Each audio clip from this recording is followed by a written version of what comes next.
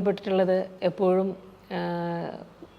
അതേ സെറ്റിലുണ്ടെങ്കിൽ സമയം പോകുന്നതേ അറിയില്ല. എപ്പോഴും ഇങ്ങനെ പഴയ കാര്യങ്ങൾ, പഴയ കഥകൾ, പിന്നെ ഓരോ ആൾക്കാരെക്കുറിച്ച് പറയുമ്പോൾ അവരുടെ കഥകളൊക്കെ പറയുമ്പോൾ നമുക്ക് എന്തു പറഞ്ഞാലും അദ്ദേഹം എന്തു പറഞ്ഞാലും നമുക്ക് അത് കേട്ടിരിക്കാൻ ഭയങ്കര കൗതുകമായിരിക്കും. വളരെ ചിരിച്ചുകൊണ്ട്, വളരെ കോമഡിയിലൂടെ പറയാൻ, രസകരമായ നർമ്മത്തിലൂടെ ഒരാളെക്കുറിച്ച് പറയാൻ കഴിവുള്ളൊരു വ്യക്തി തന്നെയാണ്. എപ്പോഴും ചിരിച്ചുകൊണ്ട് സംസാരിക്കുന്ന, എപ്പോഴും വളരെ സ്നേഹത്തോടെ പെരുമാറുന്ന അദ്ദേഹം എപ്പോഴും ഒരു തീരാനഷ്ടം തന്നെയാണ്.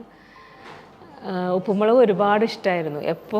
ഉപ്പുമുളക് ഞാൻ ചെയ്തതിന് ശേഷം എപ്പോൾ കണ്ടാലും ഉപ്പുമുളകിനെ കുറിച്ച് എന്നോട് ഒരുപാട് സംസാരിക്കും. ഉപ്പുമുളകിൻ്റെ ഷൂട്ടിംഗ് രീതികളെക്കുറിച്ച് ചോദിക്കലുണ്ട്. അതുപോലെ വീട്ടിൽ അദ്ദേഹത്തിൻ്റെ ചെറുമക്കൾക്ക് ഒരുപാട് ഇഷ്ടമാണെന്നും വീട്ടിൽ അവരെല്ലാവരും ഉപ്പുമുളക് കാണാറുണ്ടെന്നും ഒക്കെ എന്നോട് എപ്പോൾ കാണുമ്പോഴും സംസാരിക്കുമായിരുന്നു. ഈ അടുത്തും ഞാനൊരു മൂവി അദ്ദേഹത്തിൻ്റെ ഒപ്പം ചെയ്യാൻ എനിക്ക് ഭാഗ്യം കിട്ടി. അപ്പോൾ ജീവിതത്തിൽ എപ്പോഴും ഒരു തീരാനഷ്ടം തന്നെയാണ് അദ്ദേഹത്തിൻ്റെ മരണം.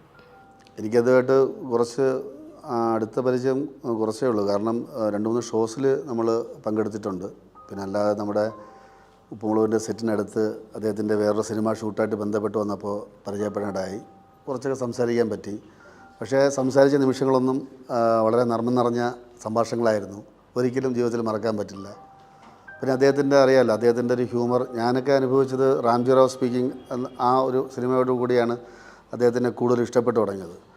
അപ്പോൾ ഞാനും ഈ ഹാസ്യം കൈകാര്യം ചെയ്തുകൊണ്ടിരിക്കുകയാണല്ലോ ഇപ്പോൾ ഈ നമ്മുടെ സിറ്റ്കോം പരിപാടിയിലൊക്കെ. പക്ഷേ അദ്ദേഹത്തിൻ്റെ ഒരു വേറിട്ടൊരു ഹാസ്യ രീതിയാണ്. ഒരു പതിഞ്ഞ താളത്തിൽ തുടങ്ങി വളരെ ജനഹൃദയങ്ങളിലേക്ക് വളരെ ഒഴുകിയെത്തുന്ന ഒരു ഹാസ്യ രീതിയാണ് അദ്ദേഹത്തിൻ്റെത്.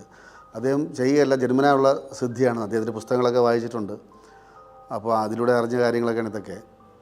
പക്ഷെ എന്തായിരുന്നാലും ശരി തന്നെ അദ്ദേഹത്തിൻ്റെ ഒരു വിയോഗം നമുക്ക് മലയാള സിനിമയ്ക്കും വ്യക്തിപരമായിട്ട് എന്നെപ്പോലെ അദ്ദേഹത്തിൻ്റെ സിനിമകളും അദ്ദേഹത്തിൻ്റെ പുസ്തകങ്ങളും വായിച്ച് ആസ്വദിക്കുന്ന ഒരാളെന്ന രീതിയിലും ഒരു